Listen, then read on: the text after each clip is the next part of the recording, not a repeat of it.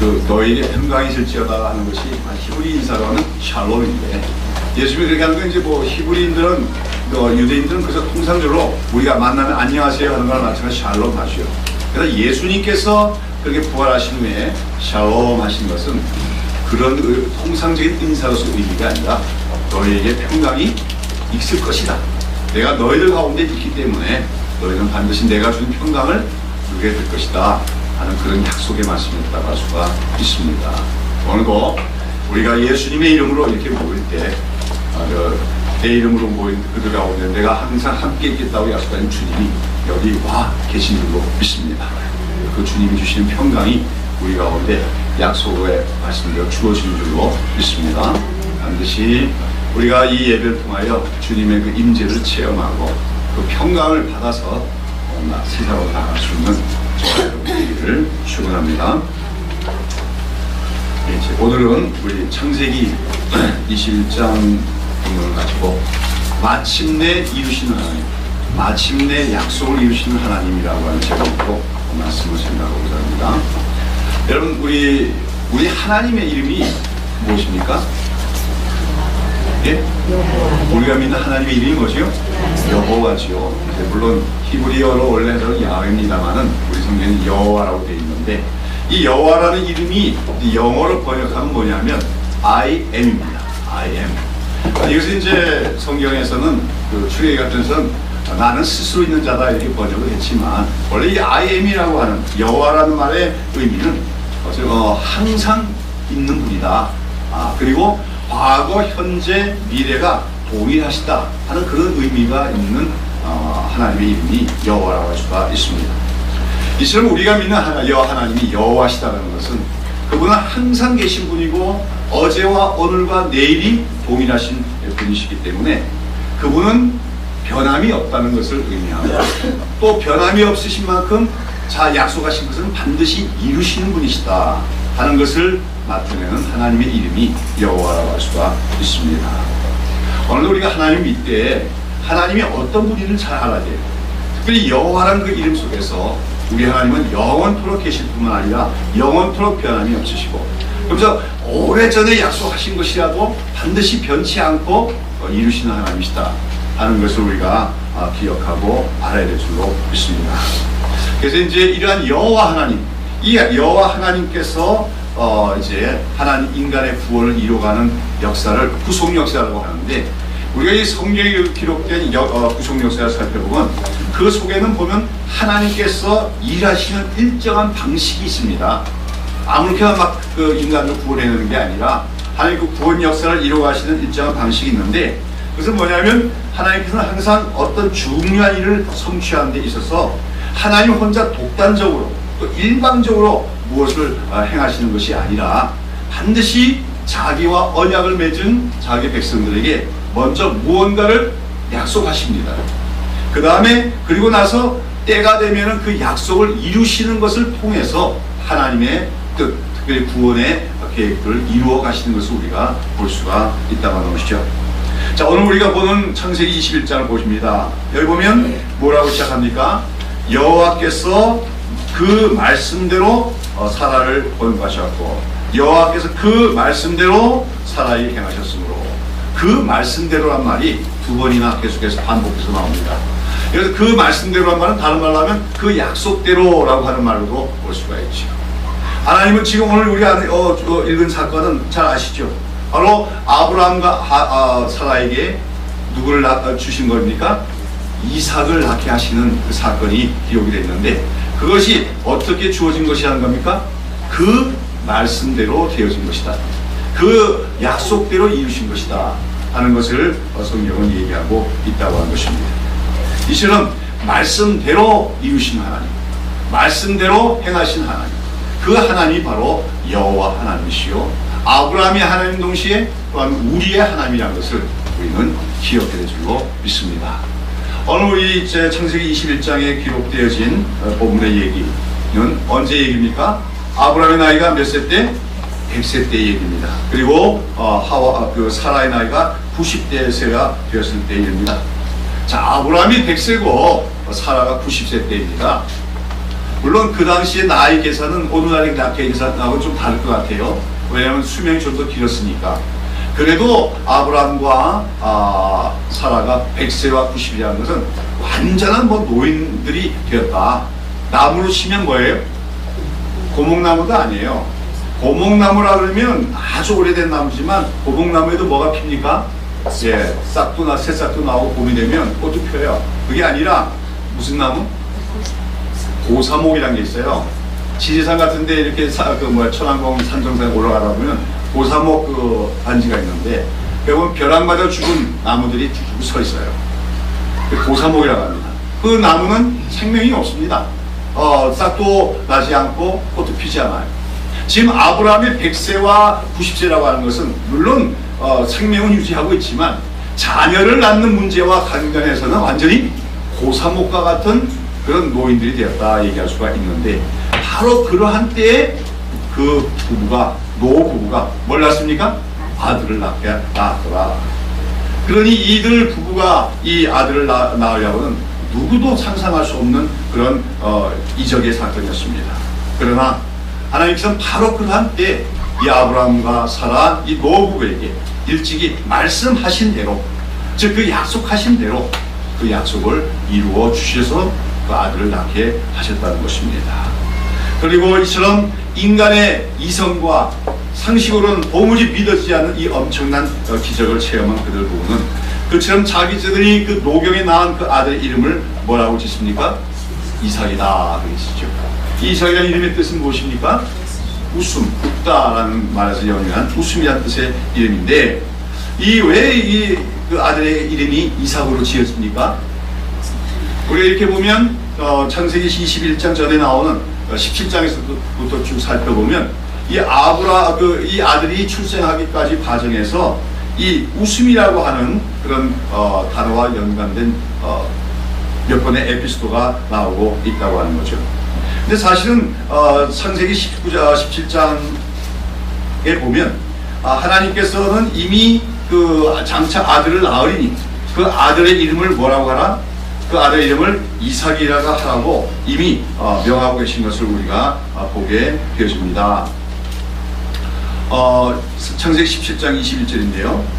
그러나 이제 이 아들을 낳기까지 웃음이라는 것과 관계된 몇 번의 에피소드가 있는데, 먼저 창세기 17장 19절에 보면 하나님께서 아마 환상 중에 나타나시는지 몰라도 하나님께서 아브라함에게 그의 나이 99세 때 하나님 너는 이제 내 앞에서 행하여 완전하라 명하시면서 이제 그 온 가족들이 다 할례를 받게 하십니다.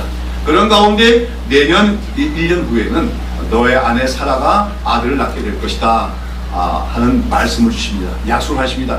그때 이 아브라함이 뭡니까? 그 말을 듣고 나는 100세가 된 노인이고 내 아내는 90세가 된 할머니인데 어떻게 아들을 낳으려 하고 그 속으로 웃었다고 기록이 되고 있죠. 이때 아브라함의 웃음은 어떤 웃음입니까? 기뻐서 웃은 웃음입니까? 하나님이 내년에 아들 주시니까 기뻐서 웃었을까요? 아니, 이때 믿어지지 않아서 웃은 웃음이에요. 믿을 수가 없어서 웃은 것이죠. 그럼 우리가 믿을 수 없어서 웃는 웃음을 뭐라 합니까? 실소라고 하죠. 그렇죠? 아이, 그런 일이 어떻게 있어? 실소했다는 겁니다. 그 다음에 또 한 번 어디냐 창세기 18장에 보면 이번에는 하나님께서 직접 찾아오시죠. 두 천사들과 대동하고 나그네의 모습으로 아브라함의 장막에 찾아오셨고, 거기서 이제 여호와 하나님께서 아브라함과 대화를 나누며 내년 이맘때는 반드시 너에게 아들이 있으리라 약속을 주십니다. 아마 이때는 이제 아브라함은 이미 믿었던 것 같아요. 하나님 그 약속의 말씀을 분명 확신하고 믿었던 것 같습니다만은, 그러나 아내인 사라는 아직 믿지 않고 있었어요. 그래서 아브라함과 그 하나님께서 그렇게 대화하는 것을 장막 뒤에서 듣다가 혼자서 웃었다고 했습니다. 그래서 하나님께서 네가 왜 웃었느냐? 내가 웃지 않았습니다. 그랬지만 웃었지요. 그때 사라가 웃은 웃음은 또 어떤 의미입니까? 그 역시 내가 드디어 아들을 낳게 된다니 참 감사하고 기쁘다. 그래서 웃은 것이 아니죠. 사라 역시도 믿어지지 않아서 어떻게 내가 90세나 되는 할머니가 이미 나는 경수도 끊어지고 여자로서의 기능이 다 끝났는데 어떻게 아들을 낳을 수 있단 말인가? 쉽게 말해서 하나님은 참 농담도 잘하시지 하고 그런 실수를 했다고 하는 것입니다. 이처럼 두 번씩이나 아브라함과 사라는 하나님의 약속의 말씀, 아들에 대한 약속의 말씀을 듣고도 웃어버렸기 때문에 그 아들의 이름이 이삭이라고 불린다고도 할 수 있지요. 그러나 결과 궁극적으로 이 아들의 이름이 이삭이라고 지어지는 것은 그 아들의 탄생이 이 가정에 너무나 큰 기쁨을 주었기 때문이라고 할 수가 있을 것입니다. 오늘 여기 본문의 21장을 보시면 21장의 6절에 보시면 뭐라 합니까? 사라가 가로되 하나님이 나로 웃게 하시니 듣는 자가 다 나와 함께 웃으시려다. 하나님이 나로 웃게 하시니. 사랑하는 여러분, 우리 하나님은 자기를 믿는 자를 어떻게 하시는가? 웃게 하시는 하나님이신 줄로 믿습니다. 웃으십시오. 예. 하나님은 우리를 웃게 하시는 하나님이세요. 하나님은 우리를 물론 때로는 애통하게 하시고 우리로 하여금 회개케 하시고 또 마음이 아파서 하나님 앞에서 통곡하기도 하시지만 궁극적으로는 하나님께서는 우리에게 기쁨을 주시고 웃게 하시는 하나님이신 줄로 믿습니다. 바로 그처럼 하나님께서 이 가정에 정말 자식이 없는, 소생이 없는 이 가정에 보통 나이도 아니고 뭡니까? 완전히 남성으로서 여성으로서의 모든 생식 기능이 끊어진 그때에 마침내 하나님이 아들을 주셨으니 이들은 하나님이 우리를 웃게 하셨다. 그래서 그 아들의 이름을 원래 하나님이 명하신 대로 이삭이라고, 웃음이라고 짓게 되었던 것입니다. 그러나 우리가 오늘 알을 것은 여기서 이 이삭이라는 아들의 탄생이 이 가정의 큰 기쁨과 웃음거리가 되지만 이것은 사실은 그 가정에서만의 경사가 아니라 사실은 더 큰 의미의 기쁨의 사건이었다. 중요한 사건이었음을 우리가 깨달아야 할 것입니다. 여러분, 이삭은 한마디로 성령의 능력으로 낳게 되는 아들이죠. 그리고 이 이삭은 바로 아브라함과 하나님이 맺으신 언약을 계승하는 아들이 되어집니다.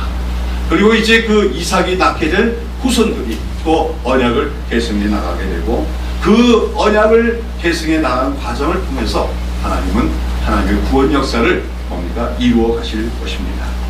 그러므로 아브라함과 사라가 지금 이 그들의 노경의 그 귀한 아들을 얻음으로 인해서 웃었던 것은 이제 장차 이 하나님의 구원 역사, 아브라함 언약의 성취의 과정을 통해서 이제 이 세상 가운데 수많은 하나님의 백성들이 구원을 얻고 하나님의 그 구원으로 말미암아 기뻐하며 웃게 될 것에 대한 하나의 예시적인 사건이라고 할 수가 있다고 하는 것이죠. 즉 이삭의 탄생은 아브라함의 그 가정 사에서만 중요한 사건이 아니라 하나님의 구원 역사의 전개 과정에서도 대단히 중요한 사건이었다. 그러면서 이 이삭은 특별히 어떤 면에서는 장차 이 땅에 오실 하나님의 아들이신 예수 그리스도의 예표라고 할 수가 있습니다. 어떤 면에서 이삭은 예수 그리스도의 예표가 됩니까? 무엇보다도 그 탄생이 하나님의 기적으로, 하나님의 능력으로 말하면 기적적인 사건이었다는 것입니다.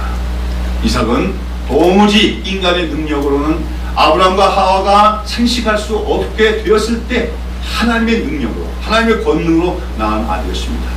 마찬가지로 장차 이 땅에 오실 하나님의 아들이신 예수 그리스도도 성령의 능력으로, 그렇죠? 근데 이삭은 90세가 된 여인에게서 생식 기능이 없는 여성이 낳았지만 예수님은 남자를 알지 못하는 동정녀의 아내에게서 태어나는 또 그런 기적적인 탄생을 하였다는 면에서 유사합니다. 또한 그 아브라함과 이삭과 또한 그 예수님의 탄생에 유사한 점은 무엇입니까? 아까 얘기했지만 하나님은 이삭의 탄생을 위한 미리 그 아들의 이름을 뭐라고 하라? 이삭이라고 하라고 지정하셨는데 예수님도 마찬가지죠. 하나님께서는 예수님 탄생 전에 이미 요셉에게 나타나셔서 그에게 그 장차 아들을 낳으니 그 이름을 예수하라, 그렇게 미리 이름을 정해 놓으셨다는 면에서도 비슷합니다. 또한 이러한 이삭의 탄생이 아브라함과 그 가정의 큰 기쁨이 되었던 거나 마찬가지로 예수 그리스도의 탄생이 모든 인류에 미치는 큰 기쁨의 소식이 되었다는 면에서도 이삭은 바로 예수님, 하나님의 아들이신 하나님의 하나밖에 없는 아들이신 예수 그리스도의 탄생에 대한 예표라고 할 수가 있다고 하는 것이죠. 자, 그런데 가운데 우리가 알아야 할 것은 이러한 이삭의 탄생이 우연히 발생한 사건이 아니었다. 아까도 말씀드린 것처럼 하나님은 반드시 그 하나님의 뜻을 이루어 가시면서 어떻게 한다고요? 먼저 약속의 말씀을 주시고 그 약속의 말씀을 성취하시는 걸 통해서 하나님의 뜻을 이루어 가시는 분이시다. 그런 가운데 이삭의 출생과 탄생도 어디까지나 하나님께서 약속하신 것을 신실하시게 이루신 것이었음을 기억해야 합니다. 하나님께서 이제 구체적으로 네가 언제 어떤 아들을 낳게 되려 하는 구체적인 말씀은 창세기 17장에서 이제 나오게 되지만 사실은 우리가 창세기 12장부터 보면 이미 하나님은 암시적으로 아브라함에게 아들을 낳을 것을 약속을 하고 계셨지요. 아브라함이 그 자기의 고향인 갈대 우르를 떠날 때 75세였습니다. 그런데 아직까지 그에게는 소생이 없었지요. 그런 아브라함을 하나님께서는 갈대 우르에서 불러내 가나안 땅으로 들어가게 하시면서 뭡니까? 너의 후손들이 큰 민족을 이룰 것이고 그들이 복의 근원이라고 말씀하십니다. 또 그 다음에 또 아브라함이 의기소침했을 때 하나님은 하늘의 별을 가르치면서 저 하늘의 수많은 별들 같이 많은 자손들을 네가 얻게 되라고 말씀하십니다. 이런 말씀들은 결국 뭡니까? 지금 아브라함의 아들 하나도 없지만 언젠가는 네가 아들을 낳게 될 것이고 내가 낳게 할 것이고 그 아들을 통하여서 수많은 너의 후손들이 번성하게 될 것을 하나님은 약속하고 계셨다는 것이지요. 그리고 창세기 15장에 보면 바로 그런 하나님의 그 약속의 말씀을 아브라함이 믿었을 때 그를 보시고 그 믿음을 보시고 하나님께서 아브라함을 의롭다고 인정해 주셨다고 성경은 얘기하고 있습니다. 우리가 여기서 깨달아야 할 것은 아까도 얘기한 것처럼 하나님은 어떤 분입니까? 말씀하시는 분입니다. 특별히 약속의 말씀을 주시는 분이고 그 약속의 말씀을 마침내 이루심을 통하여 하나님의 뜻을 이루어 가시는 분입니다. 근데 여기서 우리가 기억해야 될 것은 이런 하나님께서 약속하신 말씀을 이루어 가는 그 과정에 꼭 필요한 게 뭐냐면 그 약속을 받은 사람의 믿음의 응답이 필요하다는 것입니다. 즉 하나님의 약속의 말씀을 주실 때 이루어지든지 아니든지 내가 알 것이 무엇이냐 하나님이 알아서 하겠지 이런 것이 아니라 믿습니다. 하나님께서 약속하신 그 말씀대로 이루어질 것을 내가 믿나이다 하는 그 믿음의 고백이 믿음의 반응이 있을 때 하는 그 믿음을 보시고 마침내 약속을 이루어 주신다고 하는 것이죠. 그리고 오늘도 우리가 아브라함의 가정에서 아브라함의 이삭을 낳은 것은 그 믿음으로 말미암아 아들을 얻은 것이다 얘기할 수가 있습니다. 또한 사라 역시 사라가 90세나 된 할머니 생식 능력이 없는 할머니인데도 그 아들을 낳을 수 있던 그 믿음이 있었기 때문에 하나님의 약속을 믿는 믿음이 있었기 때문에 그 아들을 낳았던 것이다 이렇게 말할 수가 있다고 하는 것이죠. 자, 우리가 이에 대해서 우리가 신약 성경에서 뭐라고 말하는지 보도록 하겠습니다. 히브리서 11장 11절을 한번 보시기 바랍니다.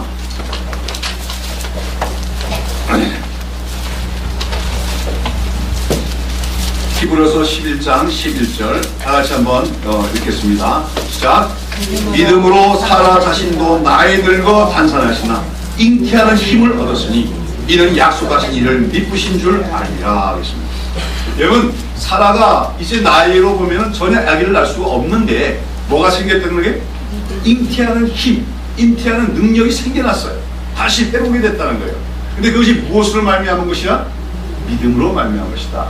사라에게 믿음이 있으니까 육체적인 생리적인 기능까지 변화가 생겨가지고 잉태하는 힘을 얻게 되었다는 거죠. 그런데 여기서 히브리서 기자는 사라가 믿음이 있었기에 잉태하는 능력을 얻고 마침내 아들을 낳았다고 얘기합니다만은 우리가 아까 조금 살펴본 대로 창세기 18장에 보면 처음에는 사라가 믿었어요, 안 믿었어요? 믿지 않았죠. 믿지 않았기 때문에 웃기도 했다는 거예요. 그런데 히브리서 기자는 사라가 믿었다고 얘기합니다. 그 믿음으로 말미암아 참 아까 얘기하신 고사목과 같이 된 그녀의 그 육체의 변화가 일어나고 생리적인 기능의 변화가 생겨서 아기를 잉태하게 되었다고 말하고 있다고 하는 것이죠. 이것은 바로 사라의 믿음이 그 하나님 말씀을 듣는 순간에는 믿음이로 반응하지 못했지만 그 시간에 나가면서 그 말씀이 주어진 이후에 그녀의 속에 믿음이 생겨났음을 의미합니다. 그리고 그 생겨났을 때 믿음이 그녀의 몸에 또 변화가 생겨났다고 하는 거죠. 근데 여기서 중요한 것은 히브리서 기자는 그처럼 그 사라가 그 아기를 잉태할 수 있는 능력까지도 낳을 수 있는 그 믿음이 갖게 된 것은 그녀가 하나님에 대해서 어떠하심을 알았기 때문이라고 얘기합니다. 여기 오늘 보면 뭐라 했습니까? 사라는 믿음으로 잉태하는 힘을 얻었으니 이는 약속하신 이를 어떠신 줄 알았음이라고 합니까? 미쁘신 줄을 알았기 때문이라고 얘기합니다. 대단히 중요한 것입니다. 우리가 아브라함과 사라는 우리 믿음의 조상인데 아브라함도 그렇고 사라도 그렇고 그들은 하나님이 어떤 분인지를 잘 알고 있었다는 거예요. 어떤 분이라고? 미쁘신 분인 줄 알았기 때문에 믿음을 가질 수가 있었고 그 믿음의 역사로 뭡니까? 놀라운 기적이 일어날 수가 있었다고 얘기하는 것이죠. 아까도 얘기한 것처럼 사라가 내년 이맘때 너가 아들 낳으리라. 처음엔 그녀가 믿어지지 않았습니다. 그건 인간의 상식에 반하는 일입니다. 인간의 이성이나 인간의 여러 가지 상식에 비춰볼 때 자기와 같은 할머니가 이제 여성으로서의 기능이 전혀 없는 자기가 아기를 한다는 건 있을 수가 없는 일이죠. 그래서 처음에는 반신반의하며 실수하기도 했던 것입니다. 그러나 아마 그렇게 하나님이 다녀가신 후에 사라는 하나님에 대해서 아마 묵상을 했을 것이라고 생각이 듭니다. 하나님이 누구신가? 그러면서 그녀는 하나님과 교제해온 과거의 생활들을 회상했을 것입니다. 그들이 갈대아 우르를 떠나온 지 지금 24년이 지났습니다. 갈대아 우르를 떠날 때 갈 바를 알지 못하고 그 고향 땅을 떠나서 정말 자기 와보지도 못했던 생소한 곳인 가나안 땅에 들어와 살면서 그들은 때로는 연약했고 때로는 그들은 실수하고 알다시피 애굽에 가서 큰 실수를 저지르고 했지 않습니까? 그러나 그런 속에서도 하나님은 어떻게 하셨습니까? 미쁘셨다. 미쁘셨다는 말은 신실하셨다는 겁니다. 하나님은 그 언약을 맺은 자에 대해서 신실하신 분입니다. 그래서 그 악한 자들이 많고 강팍한 자들이 많은 그런 속에서도 그의 가정을 지키고 돌보고 보호하셨다고 하는 거죠. 그래서 자신들의 여러 가지 실수와 연약함에도 불구하고 자기 가정을 지켜주시고 자기의 생명을 보존해 주셨던 그 하나님을 생각할 때 그 하나님은 바로 미쁘신 분이다, 신실하신 분이다 하는 사실을 다시 한번 마음속으로 깊이 묵상하게 되었고 그럴 때 그녀의 마음에 믿음이 생겨났음을 얘기하는 것입니다. 오늘 우리는 하나님의 미쁘심을 알아야 합니다. 단 미쁘시다는 것은 신실하신 분이라는 거예요. 신실하다는 건 아까도 얘기했지만 변함이 없는 것을 얘기합니다. 우리 인간들은 늘 변합니다. 상황에 따라서 변합니다. 시간이 지나가면 변합니다. 그러면서 어저께 한 약속을 어길 때가 많은 게 인간들입니다. 그러나 하나님은, 우리 여호와 하나님은 영원토록 불변하시는 하나님이십니다. 어제 약속하신 것을 오늘 그대로 지키시는 하나님입니다. 오늘 내가 믿는 하나님 내일도 그대로 동일하신 모습으로 우리를 선대하시며 인도하시는 하나님이신 것입니다. 그런 하나님의 신실하심을 우리가 알고 나의 하나님은 신실하시다, 나를 버리지 않으신다, 변함이 없으시다, 이 사실을 우리가 깊이 인식하고 알게 될 때 우리 마음속에는 하나님의 약속에 대한 믿음이 생겨나게 되는 것입니다. 그 약속하신 말씀이 사람의 생각으로, 사람의 상식으로는 도무지 일어날 것 같지 않은 일일지라도 그 미쁘신 하나님, 그 신실하신 하나님이 헛된 말을 하실 리가 없기에 그분이 하신 약속의 말씀은 반드시 이루어질 것이다 하는 믿음을 갖게 되는 줄로 믿습니다. 사라가 그랬다는 거예요. 사라도 처음에는 내가 어떻게 아들을 낳아요? 이 할머니가 낳은 내가. 그러나 그 말씀을 주신, 그 약속을 주신 하나님이 신실하심을 알았기에 마침내 믿음을 갖게 되었고, 믿음을 갖자 어떤 변화가 나옵니까? 몸의 변화가 일어나는 겁니다. 생리적인 변화까지 일어나서 아기를 잉태하게 되었더라 성경은 얘기합니다. 그러면은 사라는 이러하였다면 그의 남편인 아브라함, 그 가정의 가장인 아브라함은 또 어땠습니까? 아브라함 역시 우리가 그의 믿음이 처음부터 완벽하지 않았고 조금도 흔들리지 않는 그런 믿음은 아니었다 하는 사실을 알 수가 있습니다. 우리 한번 아브라함에 대해서 또 성경이 뭐라고 하는지 로마서 4장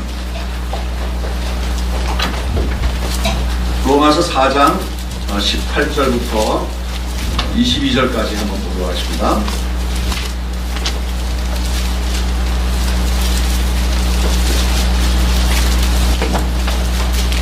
로마서 4장 18절부터 22절 다 같이 한번 읽겠습니다. 아브라함이 바랄 수 없는 중에 바라고 믿었으니 이는 내 후손이 이가 되려 하신 말씀대로 많은 민족의 조상이 되게 하려 하심을 인함이다. 그가 백세나 되어 자기 몸의 죽음과 같음과 사라의 때의 죽음 같음을 알고도 믿음이 연약하여지지 아니하고 믿음이 없어 하나님의 약속을 의심치 않고 믿음에 견고하여서 하나님께 영광을 돌리며 약속하신 그것을 또한 능히 이루실 줄을 확신하였으니 그러므로 이것을 저에게 의로 여기셨습니다. 여기 보면 사도 바울은 아브라함에 대해서 아브라함 믿음의 사람이었다 얘기합니다. 그의 믿음은 흔들릴 데가 없었고 의심한 적이 없다고 얘기합니다. 그러나 우리가 창세기를 보면 그렇지 않잖아요. 아까도 얘기한 것처럼 하나님께서 찾아오셔서 내년 1년 후에는 네 아내가 아들을 낳으려 했더니 웃었던 사람이 믿어지지 않아서 웃었던 사람이 아브라함입니다. 그러나 성경은 뭘 합니까? 아브라함이 믿음이 약해지지 않았고 하나님의 약속을 의심치 않고 믿음이 견고해져서 마침내 하나님께 영광을 돌릴 수 있었다고 얘기하고 있다는 것이죠. 이것은 무슨 말입니까? 이것은 아브라함 역시 오늘 우리가 믿음의 조상이라 하지만 그의 믿음이 일시적으로는 흔들릴 때가 있고 일시적으로는 침체에 빠질 때가 있더라도 전체적인 면에서는 그 믿음은 점점 성장하며 자라가는 믿음이었다. 다른 말하면 그 믿음은 견고해지는 믿음이었음을 사도 바울은 얘기하고 있는 것입니다. 그렇습니다. 우리가 창세기에 나오는 그 아브라함의 일대기를 살펴보면 결코 아브라함은 위대한 사람이라고 할 수가 없어요. 제가 늘 말씀드리지만 성경은 위인전이 아닙니다. 오히려 성경은 그 믿음의 조상들이 참 실수도 많고 연약한 점이 많은 사람이었음을 솔직하게 기록하고 있다고 하는 거죠. 우리가 알다시피 창세기 12장에 보면 아브라함은 하나님의 부르심을 다 받아서 가나안 땅에 들어왔지만 그 땅에 기근이 오자 하나님께 물어보지도 않고 애굽 땅으로 내려갑니다. 그리고 거기서 사람들을 두려워해서 자기 아내를 뭐라고 속여요? 자기 아내를 누이라고 속였다가 잘못하면 그 가정이 파산될 그런 위기를 당하게 됐습니다.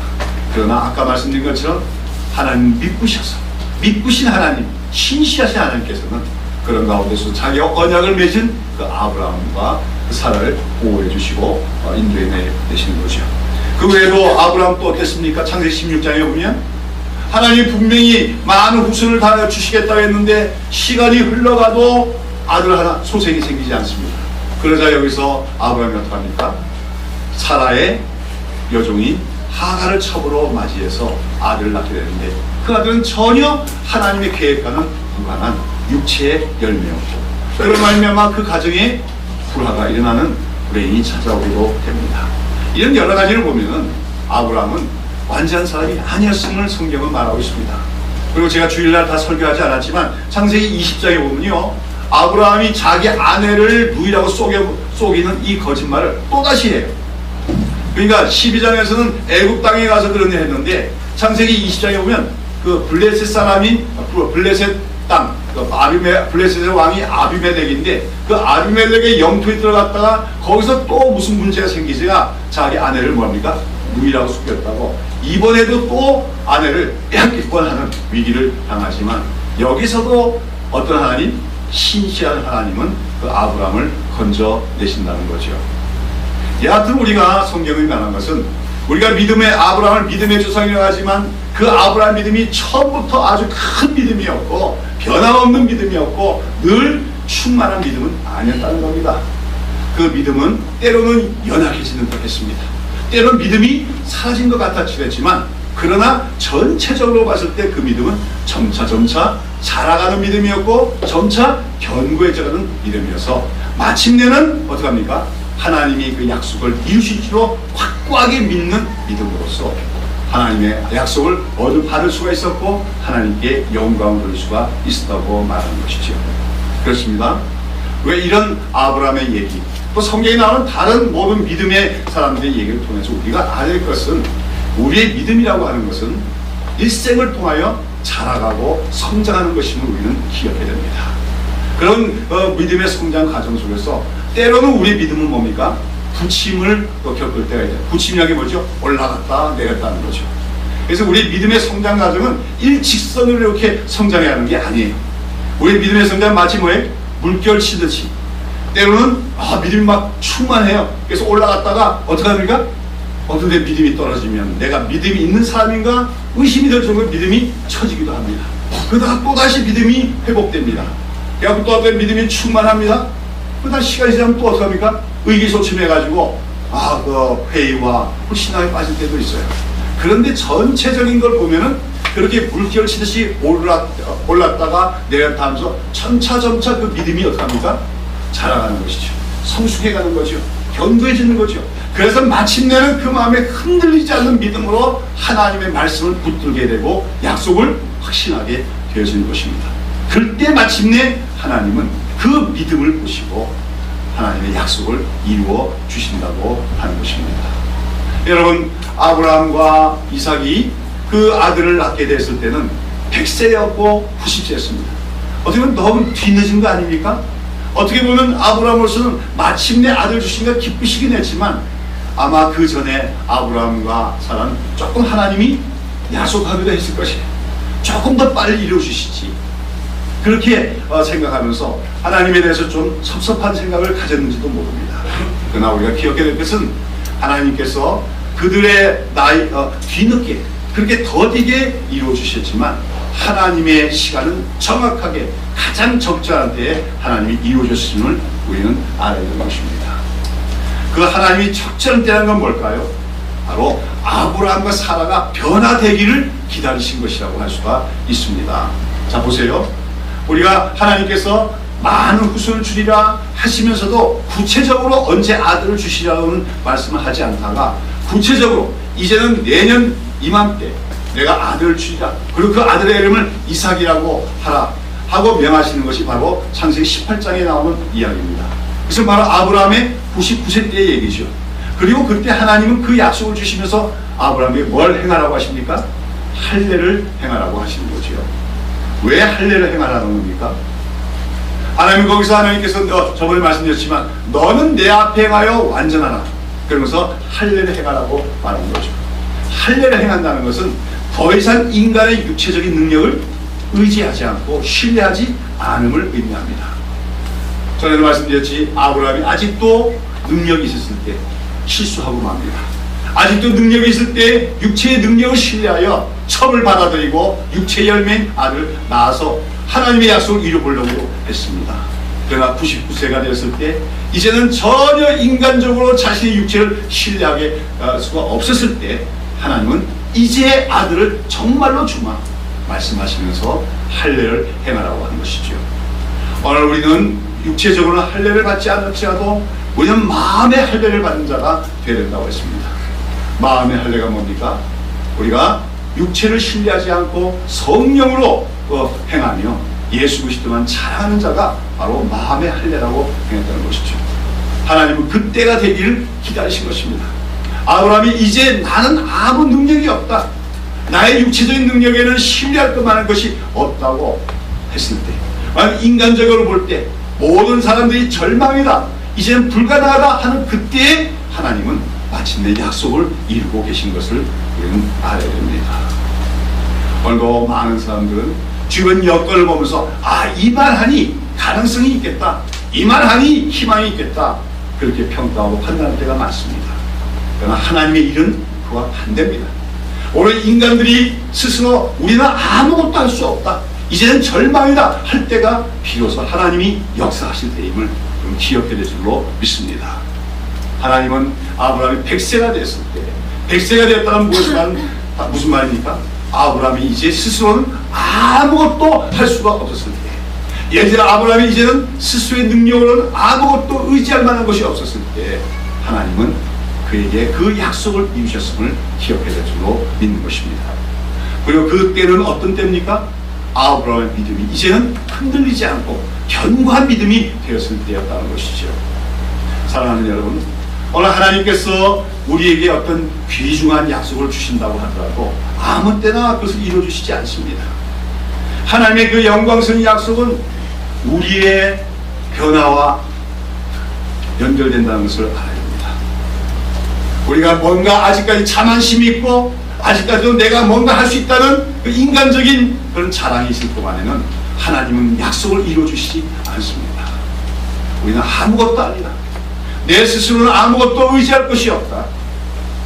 하나님 밖에는 소망이 없다고 믿게 될 때, 또한 우리 믿음이 상황에 따라서 흔들리는 믿음이 아니라 이제는 현실을 보지 않고 하나님의 약속의 말씀만을 붙드는 믿음이 되어서 견고해졌을 때 하나님 비로소 그 약속을 이루심을 우리는 기억해야 될 줄로 믿습니다. 오늘 이 아브라함의 얘기와 이처럼 마침내 약속을 이루시는 하나님에 대해서 우리는 어떻게 적용을 해야 되겠습니까? 우리가 새벽이슬교회가 2006년도에 망원동에서 새롭게 출발했습니다. 그 전에 몇몇 청년들이 시작했던 교회, 그렇지만 우리가 새로운 마음으로, 새로운 각오로 2006년도에 새벽이슬교회가 시작되었을 때 하나님께서 저에게 주신 말씀이 누가복음 12장 32절의 말씀입니다. 어떤 말씀인지 잘 아시죠? 암송하셨으면 좋겠는데, 적은 무리여 무서워 말라. 너희 아버지께서 그 나라를 너희에게 주시기를 기뻐하십니다 하는 그런 말씀이었습니다. 적은 무리여. 이제 하나님, 예수님은 이 땅에 오셔서 하나님 나라를 건설하시는 일을 시작하셨습니다. 그리고 그 나라를 이루어 나가실 것입니다. 그런데 누구에게 그 일을 주시겠다고 말씀하십니까? 큰 무리여? 능력이 있는 자요? 아닙니다. 적은 무리라고 얘기합니다. 예수님 앞에 있는 12제자, 정말 한 줌도 되지 않는 작은 자들입니다. 숫자도 작고 능력도 없는 자들입니다. 그러나 예수님은 그 적은 무리가 하나님 나라를 위임받게 될 것이라고 말씀을 하셨던 것입니다. 약속하셨던 것입니다. 이것이 오늘도 하나님이 역사하신 방식임을 기억해야 될 줄로 믿습니다. 오늘날도 한국교회는 인간적인 자랑이 많습니다. 인간의 힘과 능력을 신뢰하는 분위기가 만연합니다. 뭔가 커야 큰일을 할 수 있다고 생각합니다. 뭔가 능력 있는 사람들이 모여야 중요한 일들을 할 수 있다고 생각합니다. 그것은 하나님의 방식이 아니라는 겁니다. 하나님은 인간이 스스로에 대해서 절망할 때, 스스로에 대해서 나는 아무것도 할 수 없고 작은 자에 불과하다고, 하나님밖에는 의지할 것이 없다고 얘기할 때 그를 통해서 하나님의 역사는 나타나심을 기억해야 될 줄로 믿습니다. 여러분, 우리 새벽이슬교회의 자랑은 우리는 큰 교회다, 우리 교회는 능력이 많다, 이것이 우리의 자랑이 아니라 우리는 작고 연약한 자임이 우리의 자랑이 되어야 될 줄로 믿습니다. 그래서 하나님 앞에 무릎 꿇을 수밖에 없고 하나님밖에 의지할 수밖에 없는 것이 우리의 자랑이 될 수가 있어야 된다는 것이요. 적은 무리여 무서워 말라. 그 나라를 아버지께서 너에게 주시기를 기뻐하시는 말씀이 그러한 맥락입니다. 우리는 그리고 그러한 약속을 따라서 우리가 하나님의 말씀 위에 세워지는 교회를 꿈꾸며 또한 우리 민족과 나라와 이 땅의 교회의 부흥을 위해서 기도해야 하지만 우리 현실 속에 보면 그러한 꿈과 소원이 이루어지는 것과 너무 거리가 먼 것 같은 것이 오늘 우리의 눈앞의 현실입니다. 그러나 우리는 약속의 말씀을 굳게 붙드는 우리가 되어야 될 줄로 믿습니다. 우리가 적은 무리임을 우리가 불안해하지 않고, 우리가 적은 무리라고 해서 낭망하는 것이 아니라, 오늘 우리가 힘이 없고 능력이 없다고 해서 그 꿈은 이룰 수 없다고 생각하는 것이 아니라 오히려 우리가 우리 자신을 신뢰하지 않을 때 하나님은 마침내 우리 믿음을 견고케 하시고 그 약속을 이루시려고 하는 그 믿음을 갖는 우리가 되될 줄로 믿습니다. 하나님은 반드시 약속을 이루시는 하나님이십니다. 그러나 그 하나님은 마침내 이루시는 하나님입니다.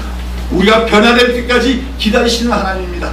우리가 모든 인간적인 신뢰와 육체적인 신뢰를 내려놓을 때까지 기다리시며 우리의 믿음이 현실에 따라 흔들리는 사람들이 아니라 약속의 말씀만을 굳게 붙드는 견고한 믿음이 될 때까지 기다리시다가 마침내는 하나님이 그 약속을 이루어 주심을 우리는 기억해야 될 줄로 믿습니다. 하나님께서 새벽 이슬 같은 작은 교회를 통해서 무엇을 이루실지 우리는 다 알지 못합니다. 그러나 우리는 기대해야 됩니다. 믿음이나 얻으면서 기대합니다. 하나님이 우리를 통하여서 큰 일을 하실 것이다. 하나님께서 우리를 통하여 중요한 일을 할 것이다. 하나님이 오늘 이 땅에 위대한 하나님의 뜻을 이루시기 위해서 우리 같은 적은 무리를 통해서 이루실 것이다. 이러한 기대와 확신을 가지고 나아가는 우리가 되어야 될 줄로 믿습니다. 자, 여러분, 아브라함과 사라, 그들은 우리의 믿음의 조상이지만 그들도 한때는 연약할 때가 있었고 믿음이 흔들릴 때도 있었습니다. 그러나 그들이 100세가 되고 90세가 되어서 더 이상 인간적인 능력을 신뢰하지 않게 되었을 때, 그리고 현실을 따라 흔들리는 믿음이 아니라 하나님의 약속의 말씀을 붙들며 우리 하나님의 신실하심을 알고 믿으신 하나님만을 의뢰하게 됐을 때, 마침내 하나님은 그 약속을 성취시켜 주시고 하나님의 영광을 드러내셨음을 다시 기억하는 우리가 되기를 바랍니다. 아무쪼록 아브라함과 사라에게 정말 100세가 되고 90세가 된 그때 하나님이 아들 주심으로 그 가정에 큰 기쁨이 있었던 것이죠. 그래서 그 아들 이삭이라고 웃음이라고 지었던 것처럼 오늘 우리 교회도 마침내 우리 그 성숙한 믿음과 우리가 육체를 신뢰하지 않고 하나님만 신뢰하는 신실한 하나님만을 신뢰하는 것으로 말미암아 하나님께서 마침내 우리 교회를 통하여 이루시는 그 영광스러운 손길로 말미암아 우리 모두에게 참된 기쁨과 웃는 날이 올 수 있게 되기를 예수님의 이름으로 축원합니다. 기도하십니다.